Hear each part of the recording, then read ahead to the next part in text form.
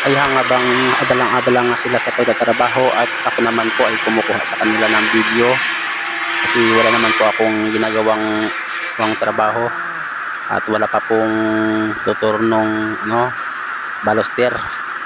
At ito nga pala po yung natrabaho nila ngayon at gumagayat po sila ng lapida. At yan po ay Tiger White na lapida. Yan. Yan po yung pagkakaprocess ng paggawa po ng lapida o memorial.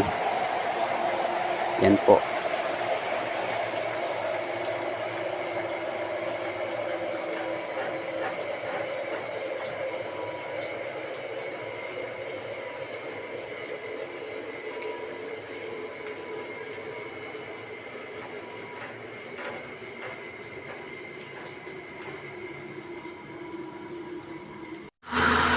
At ito naman po yung napinis na lapida. At parang lamisahin po ito o kaya ibang paglalagyan. Yan po ay napakalaking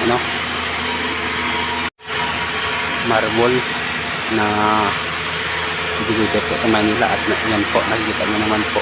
At kasi ko na po, balikat ko na. Yan. Yan po yung mga finish namin ngayong araw.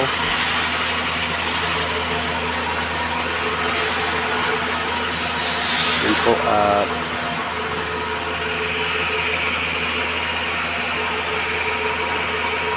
Pwede po itong lamisa. At pwede rin po itong gawing sa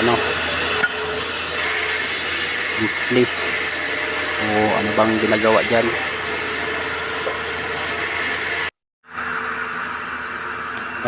Yan naman po yung mga kasama. Yan po, marami na po yan. At medyo may kamahalan lang po ito pag naandyan na po sa Maynila. Pero po pag nasa Romblon po ito, dito sa amin ay sigurado murang-mura po ito. At yan naman po yung ibang produkto na lapida. Yan po ay maliliit lang. Baka may ibang paglalagyan ito. Ganyan kaliliit yung sukat. Yan na po yung mga kasama, nakasalansa na po yun. At dito naman po banda ay memorial. Yan po, medyo makakapal po yung pagka-hati-hati niya. Yan po ay memorial. At andyan naman po yung may nakasalansa na rin po. Kaso wala pa pong may nag-ooperate. Wala pa yung kasamahan namin si Mang Joel. Dumako po tayo sa pinaka imbakan ng mga finished product. Yan po. Medyo may karamihan na rin po yung imbakan na to. Yan. At pwede na po yung ma-deliver sa Maynila.